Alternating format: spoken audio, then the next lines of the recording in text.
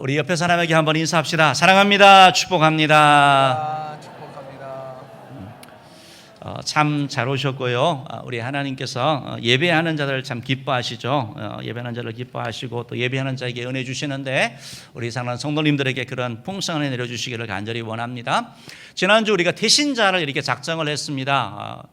올 초에 우리가 오이코스를 작성하고 이번 상반기 추정 축제를 위하여 대신자를 작성했는데 177분이 참여하셨고 397명에 이렇게 작성이 되어서 우리가 기존에 작성하셨던 그런 오이코스와 합치니까 397명이 참여하고 1086명의 대신자를 우리가 이렇게 품게 되었습니다. 다시 말씀드리면 우리 주변에 예수 믿어야 될 사람들이 많다라는 거예요. 구원받아야 될 사람이 많다라는 것입니다.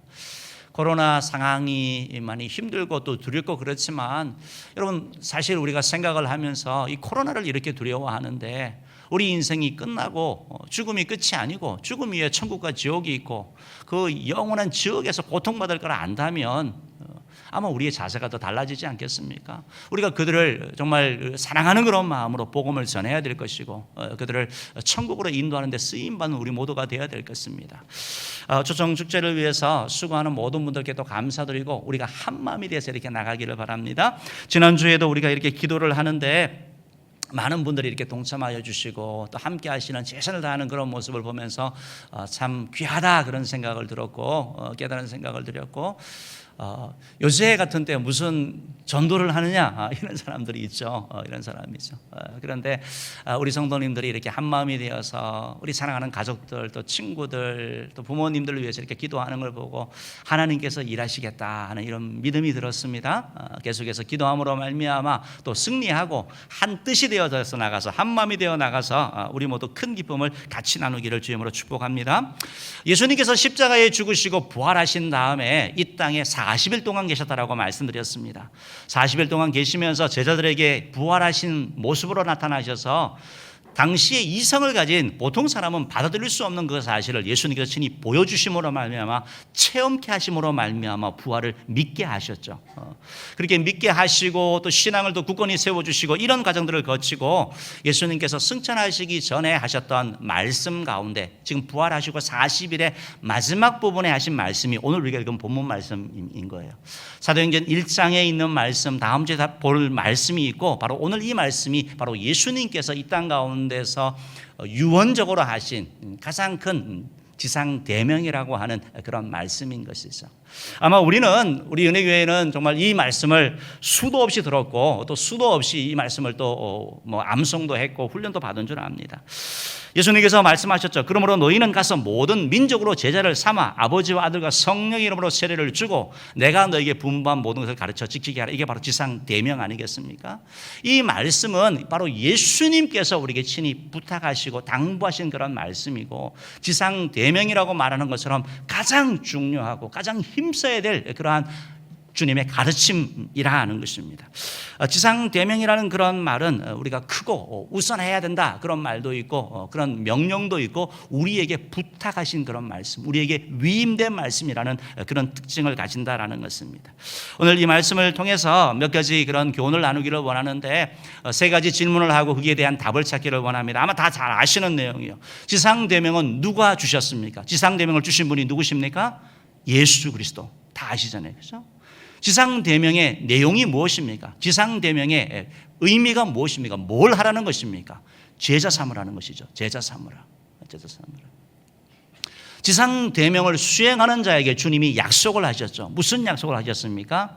세상 끝날까지 내가 너희와 항상 함께하리라. 임마누엘의 약속, 동행의 약속을 하셨죠. 그래서 이 세 가지 누가 이 말씀을 하셨나 그리고 이 말씀의 내용이 무엇인가 이 말씀을 지키는 자에게 주신 약속 임마누엘에 대한 약속 이 말씀을 가지고 좀 더 살펴보기를 원합니다. 첫 번째로 여러분이 꼭 기억하실 것은 지상대명은 예수님의 명령이라는 것입니다. 따라합시다. 지상대명은 하늘과 땅의 모든 권세를 가지신 예수님의 명령입니다.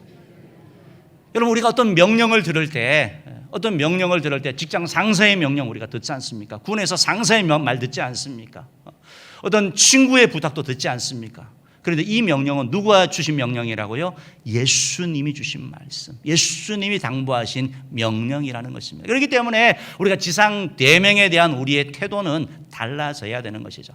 사람이 하는 그런 약속도 너무 귀하고 사람이 하는 부탁도 귀한데 그 부탁과 비교할 수 없는 예수 그리스도의 명령이다라고 오늘 성경은 말씀하고 있는 것이죠. 사랑하는 성도 여러분, 성경에 보면 예수님께서 많은 말씀을 하셨습니다. 사랑해라, 기도해라, 용서해라, 그런 여러 가지 말씀도 하셨죠. 그런데 여러 가지 말씀들 가운데 압축해서 요약해서 하면 가장 크다고 하는 두 가지 말씀이 있습니다. 그것은 바로 가장 큰 계명이 뭐냐 할 때 주님께서 하나님을 사랑하고 내 이웃을 사랑하는 것, 기독교의 사랑의 종교, 그래서 하나님 사랑, 이웃 사랑, 가장 큰 계명이 바로 그것인 것이죠. 또 하나 압축한다고 한다면 예수님의 말씀이 바로 오늘 마태복음 28장에서 하시는 말씀, 바로 지상 대명이라고 불려질 수 있는 너희는 가서 모든 민족으로 제자 삼아라 하는 이 말씀인 것이죠. 여러분, 가장 큰 계명과 가장 위대한 이 두 계명, 이것이 우리가 붙잡아야 될 그런 말씀이라는 것입니다. 여러분, 대계명, 가장 큰 계명이라고 말씀드렸고, 지상 대명은 바로 대위임령으로 이렇게 불려지는 것이죠. 여러분, 이 두 가지는 이 대계명과 대위임령, 지상대명은 공통점도 있고 차이점이 있습니다. 공통점은요, 예수님을 사랑하고 하나님을 사랑하는 사람은 다 지키는 거예요. 이 명령을 다 지키려고 애쓰는 것입니다. 어느 것이 더 귀하고 어느 것이 더 안 귀하다 할 수 없는 겁니다. 두 계명 다 귀하고 다 지켜야 될 그런 말씀이라는 것입니다. 우리가 하나님을 사랑하기 때문에 마음과 뜻과 정성을 다해서 이웃도 사랑해야 되고, 또 주님이 말씀하신 것처럼 하나님을 사랑하고 이웃을 사랑하기 때문에 제자 삼아야 되고 복음 전해야 되는 것이죠. 그런데 이 두 계명에 차이점이 있습니다. 여러분, 대계명이라고 말하는 하나님 사랑하고 이웃 사랑한다라는 것은 끊임없이 계속되는 것입니다. 여러분, 하나님을 사랑하는 거, 이 땅에서만 하나님을 사랑하실 거예요? 저 천국 가서도 하나님 사랑할 거죠. 이웃 사랑하는 데 끝이 있습니까? 어느 만큼 하나님을 사랑하면 됩니까? 사랑해도 느끼는 건 부족함을 느끼는 거 아닙니까? 그것이 바로 우리의 마음인 거죠. 지금도 우리가 하나님을 사랑하고 이웃을 사랑하지만 예수님께서 장차 이 땅 가운데 오셨을 때도, 재림 때도 우리가 하나님을 사랑하고 이웃을 사랑합니다. 천국 가서도 하나님을 사랑하고 이웃을 사랑할 것입니다. 그런데 이 지상 대명 같은 경우, 이 대위임령 같은 경우는 이 땅에서만 할 수 있다는 것입니다. 여러분, 천국 가서 제자 삼을 겁니까? 천국 가서 복음 전할 거예요? 천국은 믿는 사람만 가는 거 아닙니까?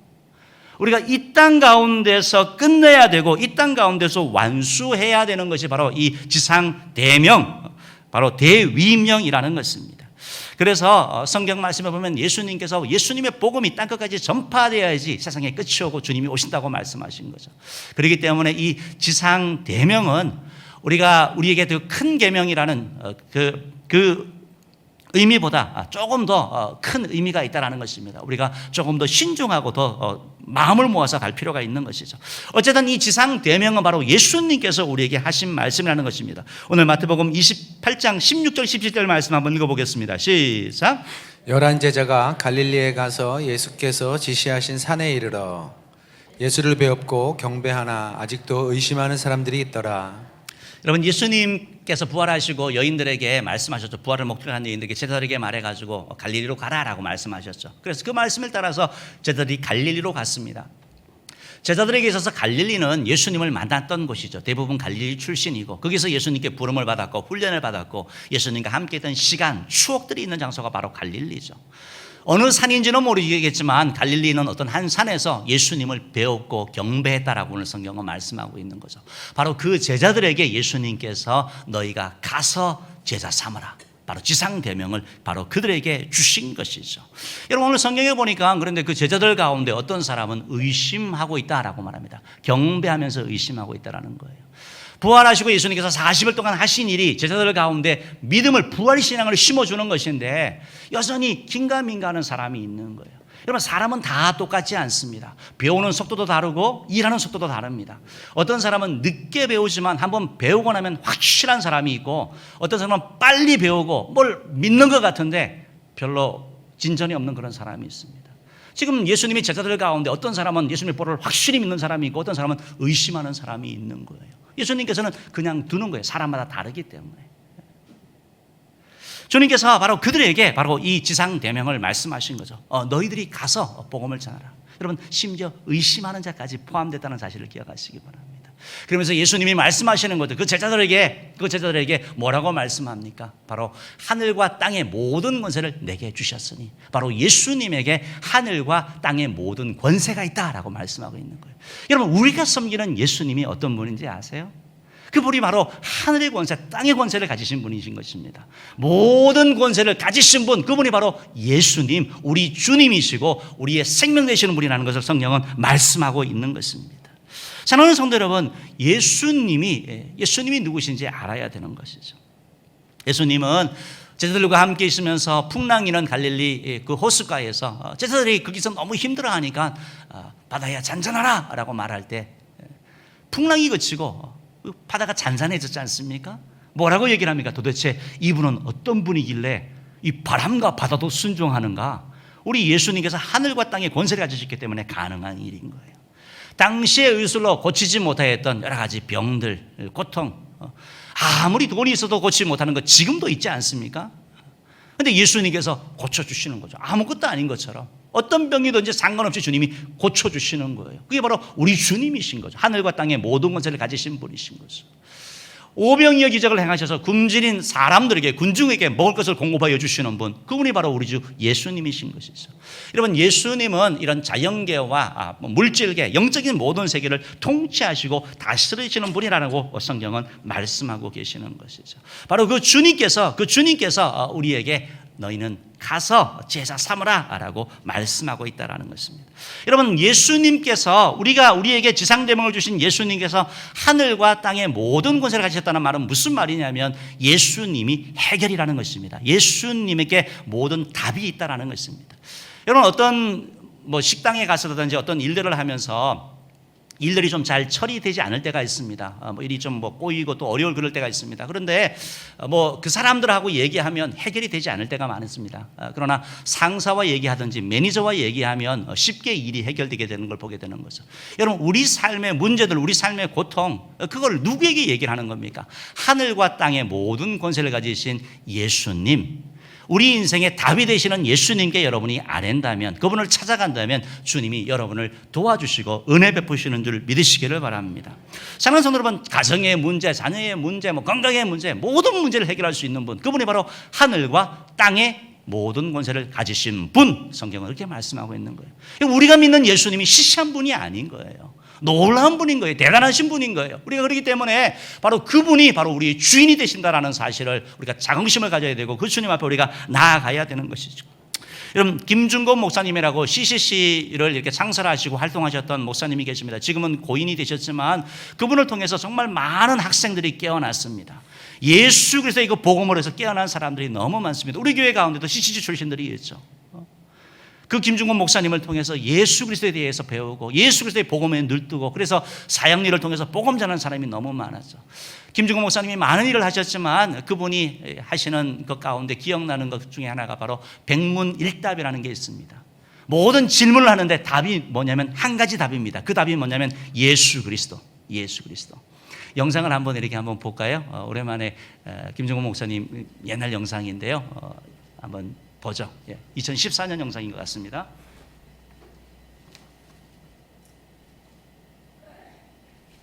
물을 때마다 예수 그리스도 그렇게 대답했습니다. 이것을 내가 이름을 짓기를 백문일답이라 했습니다.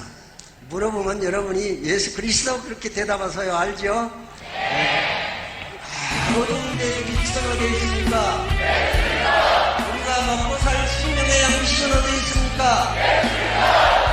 가정교육의 원리가 어디 있습니까? 행복한 결혼생활의 기가 어디 있습니까? 복의 근원이 누구십니까? 국회의원들이 알아야 될 분이 누구십니까? 모든 대학 교수들이 알아야 될 분이 누구십니까? 태어나는 아이들마다 누구의 이름을 불러야 됩니까?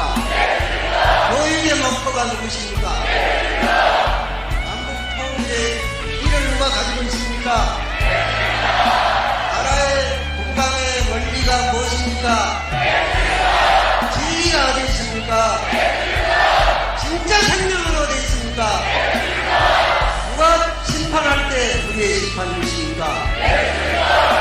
교회의 세를 연결하겠습니까?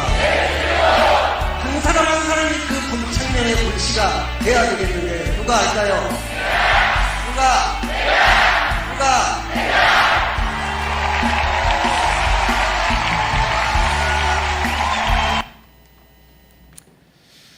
사랑하는 성도 여러분, 우리 입에서 예수 그리스도가 자주 불려지기를 주임으로 축복합니다. 아멘. 예수 그리스도, 예수 그리스도. 우리를 구원하실 분 예수 그리스도. 우리를 다스리시고 통치하실 분 예수 그리스도. 우리의 기도에 응답하실 분 예수 그리스도. 가장 고귀한 이름 예수 그리스도. 그 이름이 계속해서 우리 가운데 고백되어야 된다는 거예요. 들려질 뿐만 아니고 우리의 삶 가운데 고백되어질 때 주님의 은총이 우리 가운데 임하는 겁니다. 빌립보서 2장 10절 말씀해 보면 하늘에 있는 자들과 땅에 있는 자들과 땅 아래에 있는 모든 자들로 모든 무릎을 예수의 이름에 꿇게 하시고, 예수의 이름에 꿇게 하시고. 사랑하는 성도 여러분, 바로 그 주님께서 저와 여러분에게 부탁하신 것이죠. 너희는 가서 제자 삼으라. 지상 대명의 명령을 주셨다라는 것입니다. 사랑하는 여러분, 이 말씀을 보면서 그런 생각을 하는 거죠. 정말 귀하고 소중한 거면 누구에게 부탁을 하는 겁니까? 믿을 수 있는 사람에게 부탁하는 거 아닙니까? 아무에게나 부탁할 수 없는 거잖아요. 그런데 우리가 읽은 것처럼 17절 말씀에 그 제자들 가운데 어떤 사람이 있습니까? 17절 말씀 우리 다시 한번 읽어보겠습니다. 읽어봅시다. 시작. 예수를 배웁고 경배하나 아직도 의심하는 사람들이 있더라. 의심하는 자에게 예수님이 이 말씀을 하시는 거예요. 우리가 생각할 때는 아니야, 넌 자격이 없어. 의심을 하다니 100% 믿어야지. 조금 더 의심하다니 넌 부족해서 안 돼 라고 말할 것 같은데 주님은 그에게 너희는 가서, 너 빼는 게 아니고 의심하는 자도 가서 제자 삼으라 라고 말씀하고 있는 거죠. 이거는 뭐죠? 제자에 대한 믿음이죠. 지금은 의심하지만 복음을 전하고 또 해나가면 믿고 변화될 줄 주님이 믿으신 것이죠. 거기에 대한 신뢰를 통해서 주님께서 이 귀한 지상 대명의 명령을 맡기셨다라는 것입니다. 이것을 깨달은 사도 바울 같은 경우는 스스로 고백하기를 디모데전서 1장 12절 13절 말씀해 보면 이렇게 고백하는데 우리 같이 한번 읽어볼까요? 시작. 나를 능하게 하신 그리스도 예수 우리 주께 내가 감사함은 나를 충성되이 여겨 내게 직분을 맡기심이니 내가 전에는 비방자요 박해자요 폭행자였으나 도리어 긍휼을 입은 것은 내가 믿지 아니할 때에 알지 못하고 행하였습니다. 뭐라고 말씀합니까? 나는 과거를 봤을 때 비방자고 박해자고 폭행자였으니까 당신 과거 때문에 안 돼! 라고 할 것 같은데 주님이 충성되게 여기서 직분을 주셨다라는 것이죠. 의심할 수 있죠. 그러나 의심에 오래 머물지 아니하는 거죠. 왜냐하면 의심은 하나님과 우리 사이를 단절하게 됩니다. 의심이 있으면 적극적인 신앙생활을 못하게 됩니다. 하나님의 은혜를 못 누리게 되는 거예요. 그래서 잠깐 할 수는 있으나 하나님 은혜 가운데 깊이 들어갈 필요가 있는 거죠. 예수님께서 잠깐의 방황을 허락해 주시는 거죠. 어떻게 보면 더 단단해지라고 말씀하시고 바로 그렇게 하라고 말씀을 한 겁니다. 사도 바울은 그리하여 이 감격 때문에, 이 감사 때문에 그는 계속해서 복음을 전하여 나갑니다. 사도행전 20장 24절 말씀을 보면 그가 삶을 마감하면서 이렇게 고백을 하는 거죠. 읽어봅시다. 시작. 내가 달려갈 길과 주 예수께 받은 사명 곧 하나님의 은혜의 복음을 증언하는 일을 마치려 하면은 나의 생명조차 조금 더 귀한 것으로 여기지 아니하노라. 아멘. 사랑하는 성도 여러분, 이것이 우리의 고백이 되기를 주임으로 축복합니다.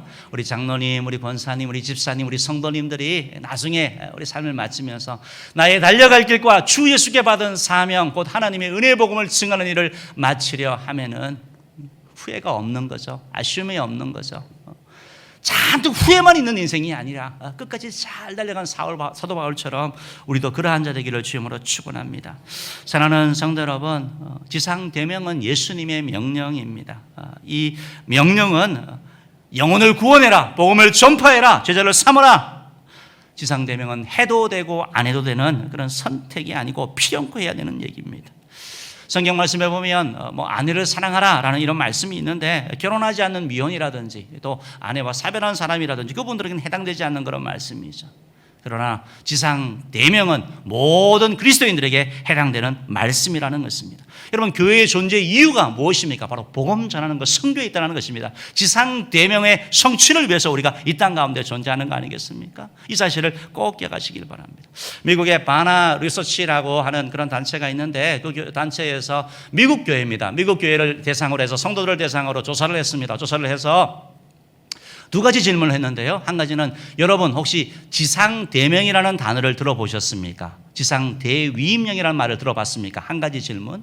그리고 두 번째 질문은 다음 중에서 지상대위임령에 해당되는 성경 구절을 고르시오. 성경 구절 4구절 해서 질문을 했습니다. 그랬더니 미국 교회 성도들 가운데 51%가 한 번도 들어본 적이 없다. 25%의 사람은 들었는데 잘 모르겠다. 듣긴 들었는데 그게 무슨 말인지 모르겠다. 6%의 사람은 내가 들었는지 안 들었는지 모르겠다. 17%의 사람만 지상대명을 들었고 알고 있다라고 대답을 했다고 합니다. 그러면서 재미있는 이런 결론을 도출했는데요. 교회의 존재 이유가 선교와 제자 삼는 거고 복음 전하는 것인데 지금 미국 교회는 이걸 놓치고 있다라는 겁니다. 교회가 모여서 찬양하고 예배하고 뭘 하기는 하는데 가장 본질적인 일을 하지 아니하고 다른 일을 하고 있다라고 바나리스트에서는 지적한 것이죠.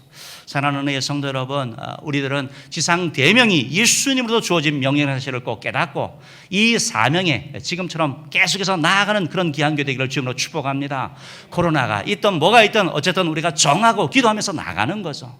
우리가 최선을 다해서 노력을 하는 거죠. 많은 걸 기대하는 게 아니고 더 핍박 환난의 때도 감당했던 것처럼 하나님께 맡기고 우리는 순종하며 나가는 것이죠.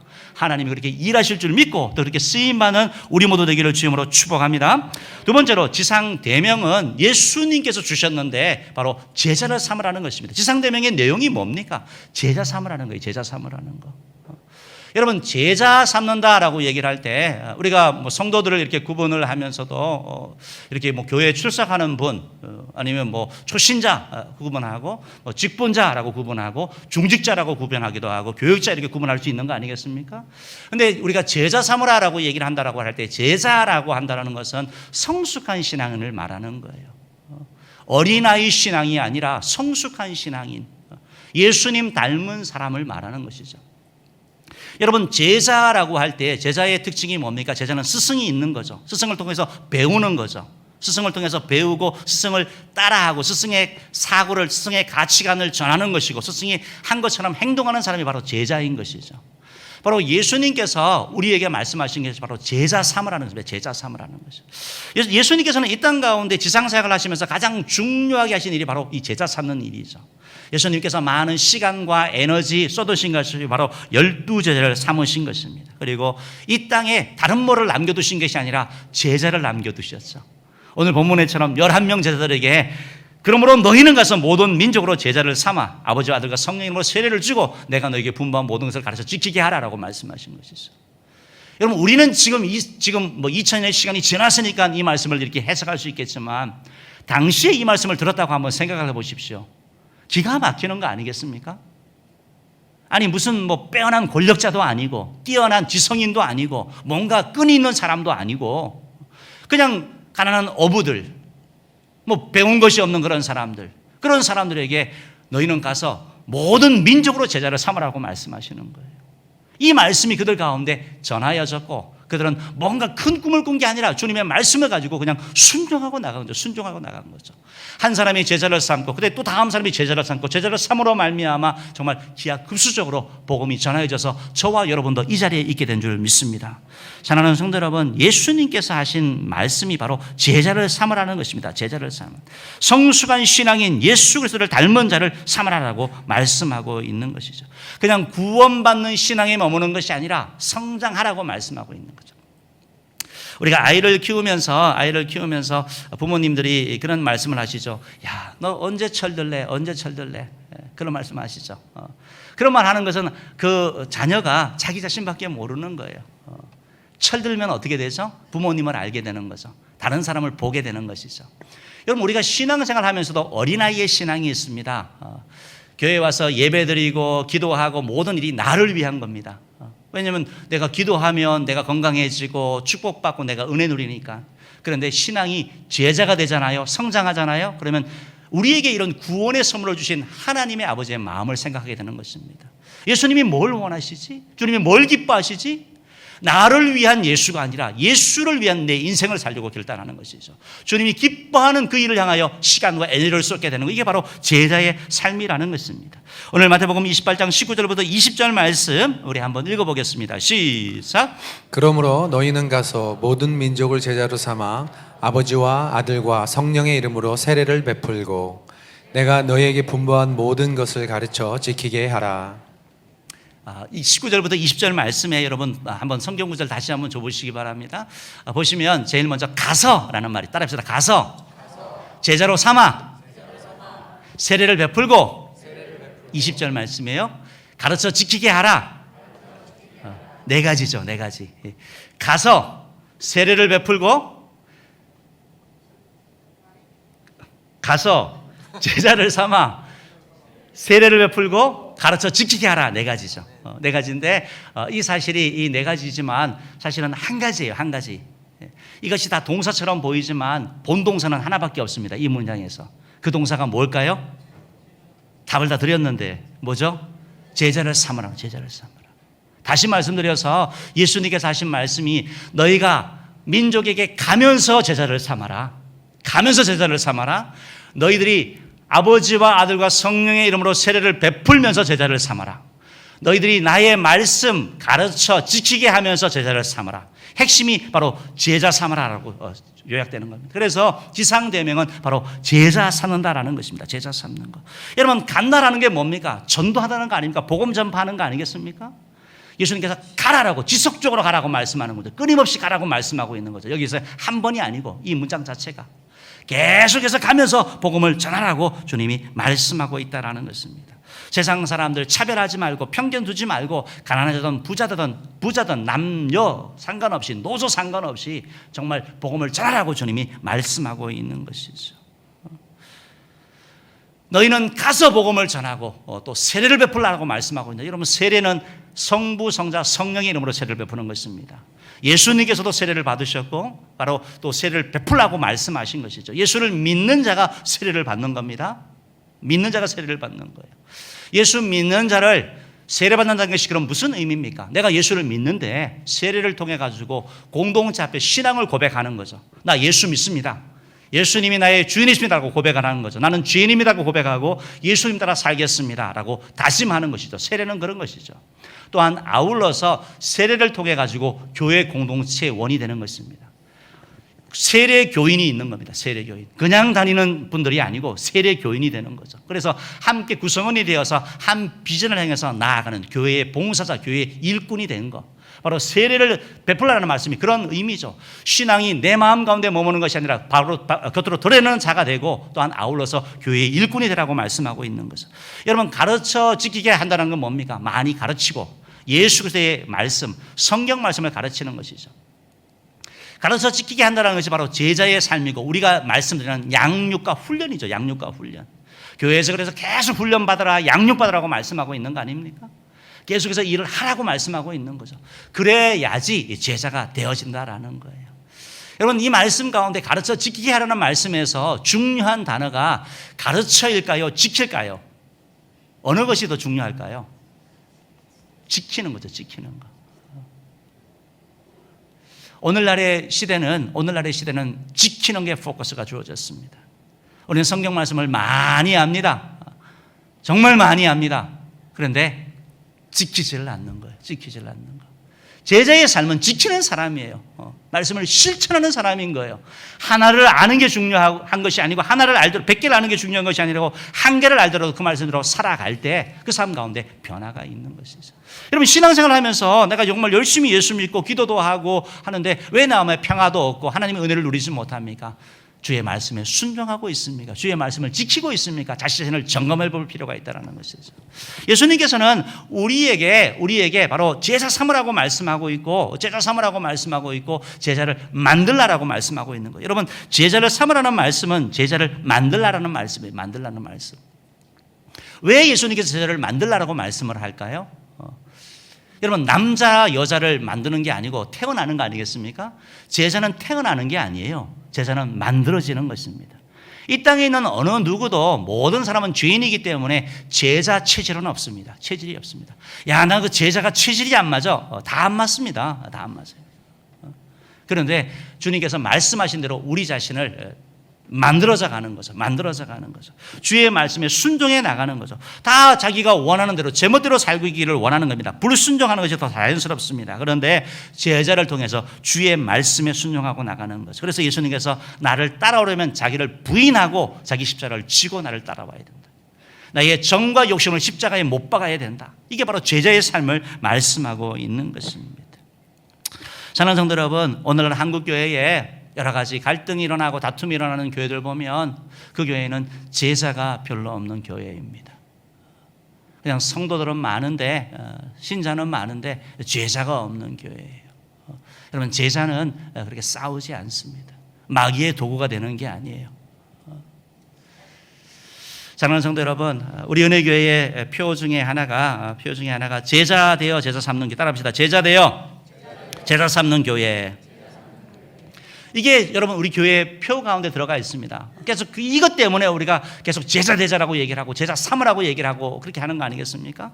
이것은 무슨 말입니까? 내가 먼저 제자가 돼야 되는 것이죠.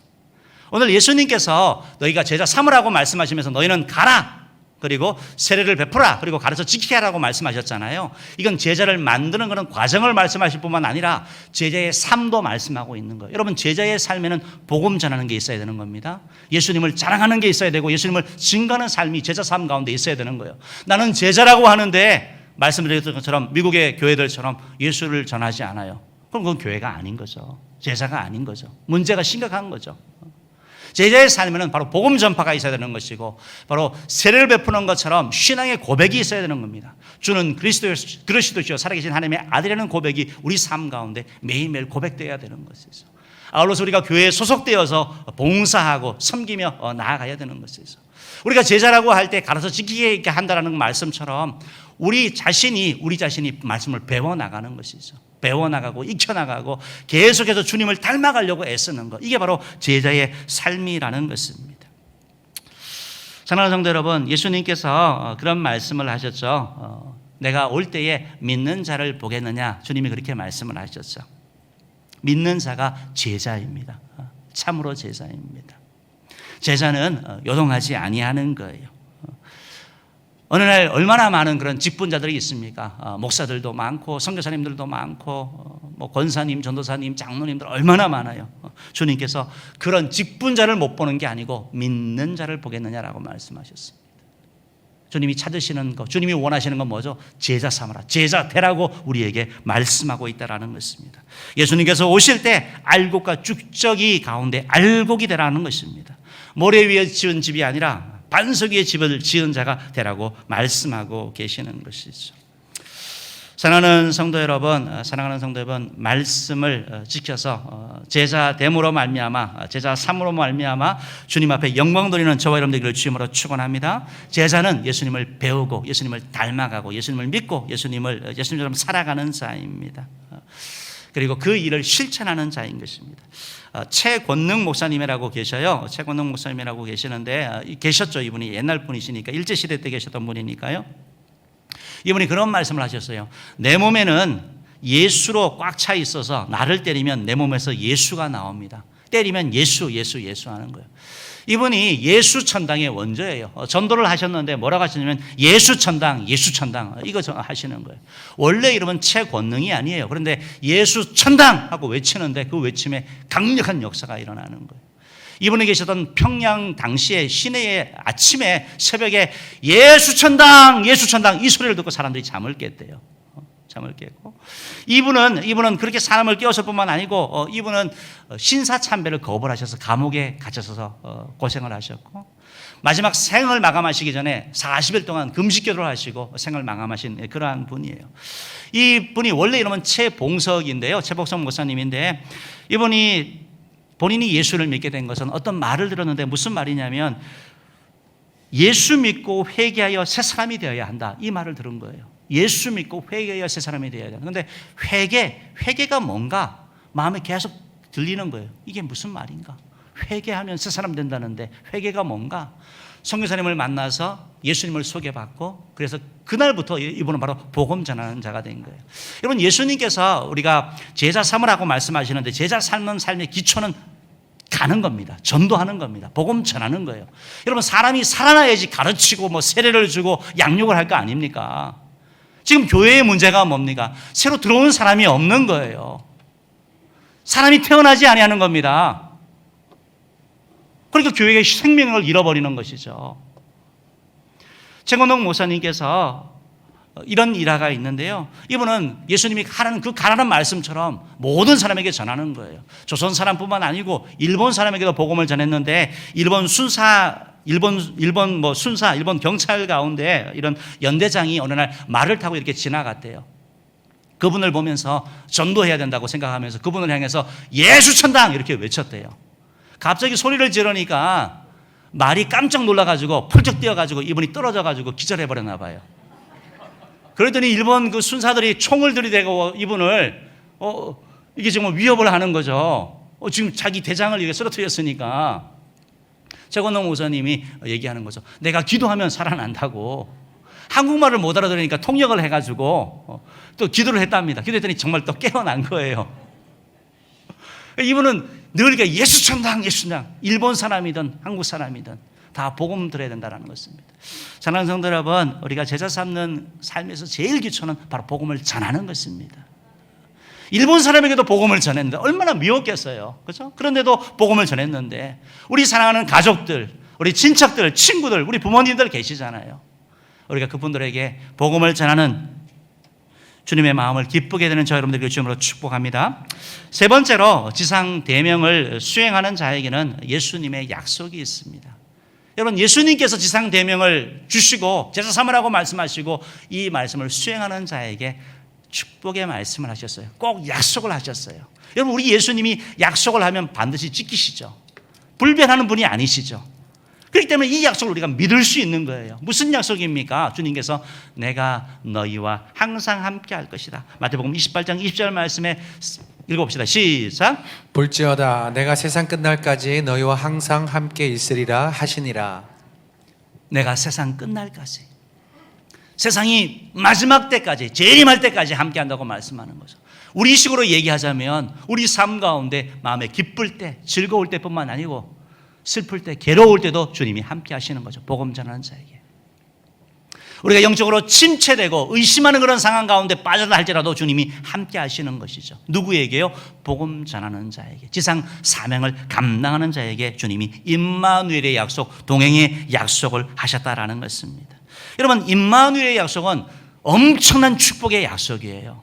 여러분, 한 번 도와주는 게 아니고 계속 함께 하신다는 말씀이 뭐예요? 예수님께서 계속 도와줄게 라고 말씀하는 거죠. 한 번의 도움이 아니고 10번의 도움이 아니고 지속적으로 내가 너 도와줄게.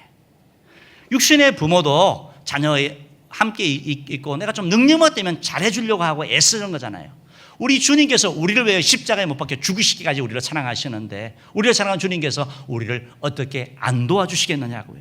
주님께서 수시적으로 계속해서 도와주시는 것이죠. 내가 너를 버리지 않는다고 말씀하시는 거죠.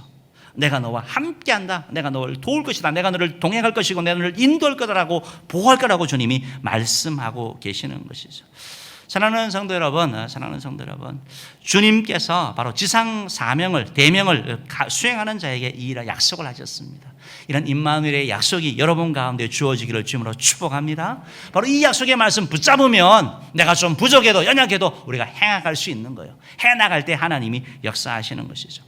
미국의 유명한 선교사였던 리빙스턴 선교사님 같은 경우,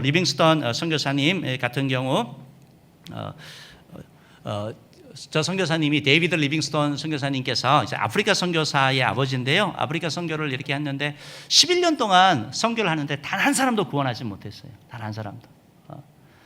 근데 그분은 포기하지 않고 계속 복음을 전하고 계속 했거든요. 그러더니 하나님이 때가 되면 문을 여셔서 바로 선교, 대륙을 다 이렇게 횡단하게 하셨어요.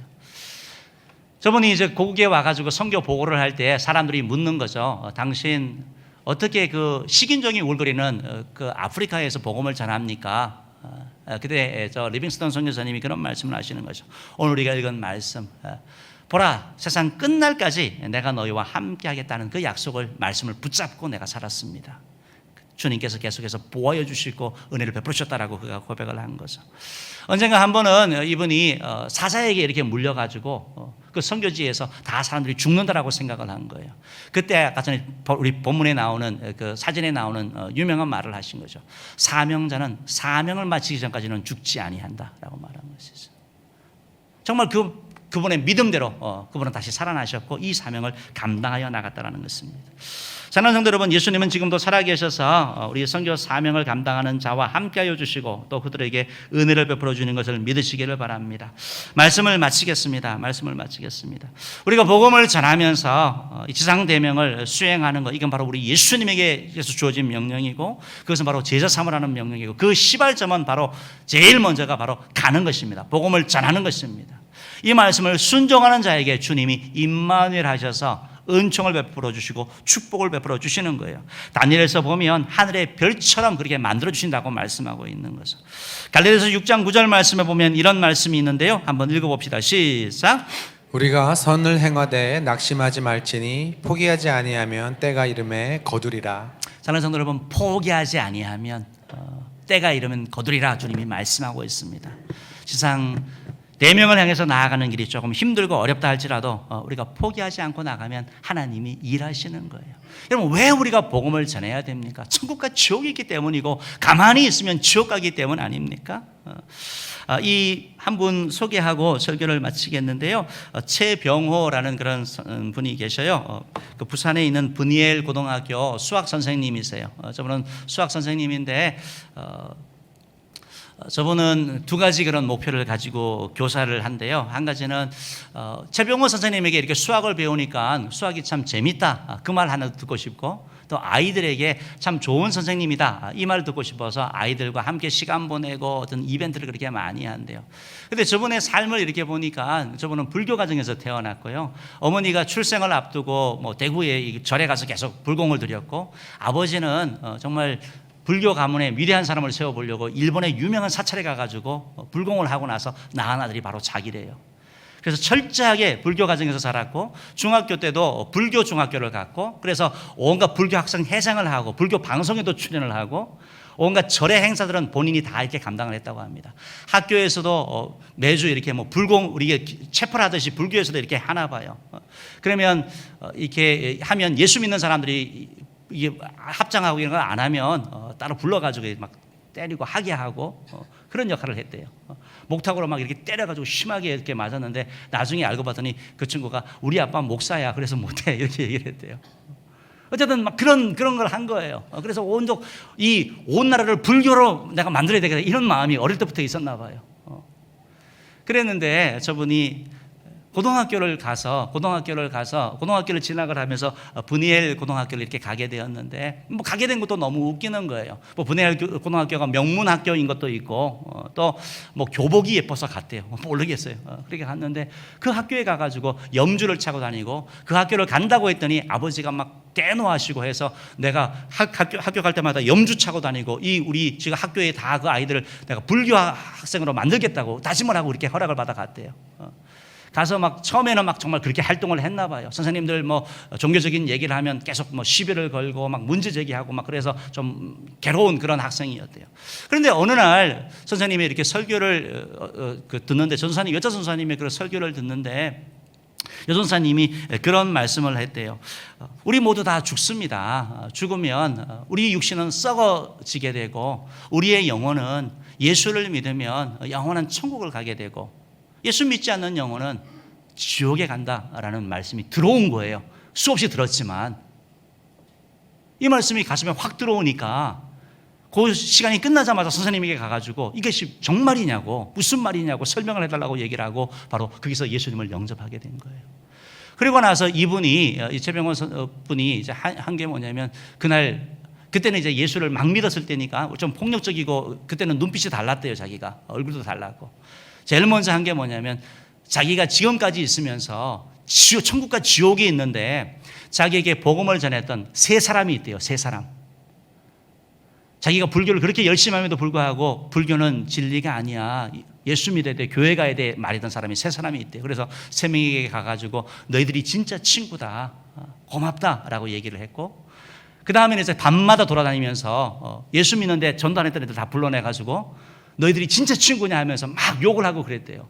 지옥에 가는 걸 아는데 어떻게 가만히 있느냐? 너희들이 친구냐? 이렇게 얘기를 했대요. 그리고 나서 본인이 결심하기를 이제 전도하는 그런 삶을 살기로 결정한 거예요. 그래서 이분은 지금도 선생님이고요. 최근에 이제 저기 우리 CB에서 간증이 나왔더라고요. 저렇게 해가지고요. 한번 나중에 한번 들어보십시오. 들어보는데 지금까지 2,000명 이상의 사람들에게 전도한 거예요. 전도하지 않으면 지옥, 예수 안 믿는다 그러면, 교회 안 간다 그러면 전하지 않고는 견딜 수 없는 거죠. 자기 수입에, 교사니까 뭐 월급이 많지는 않겠지만 수입의 뭐 30%를 전도하는 데 사용하고 있대요. 그 리스트에 수천 명의 사람의 명단이 있고 위에서 기도하고, 그래서 계속해서 복음을 전한다라는 거예요. 사랑하는 성도 여러분, 이 말씀을 이렇게 듣고 또 저 간증을 보면서 그런 걸 보는 거죠. 여러분, 예수님의 이 지상 대명의 핵심이 뭔가? 그냥 교회 잘 다녀서 그냥 뭐 편안하게 살고 잘 살아라 이게 아니고, 전하지 않으면 지옥 가니까 일단 살려놓고 그리고 복음 전하러 다시 만들라고 주님이 말씀하고 있는 거 아니겠습니까? 우리 모두 주님의 이 지상 대명을 무겁게 받아들이고 또 우리가 할 수 있는 최선을 다해서 감당하기를 주님으로 축복합니다. 힘든 분들, 우리의 전도 대상자를 품고 기도하고 나갈 때 하나님께서 감당할 은혜를 주실 것입니다. 우리의 영혼을 품고 정말 기도함으로 말미암아, 울므로 말미암아 하나님의 은혜를 누리는 우리 모두 되기를 주님으로 축복합니다. 기도하도록 하겠습니다.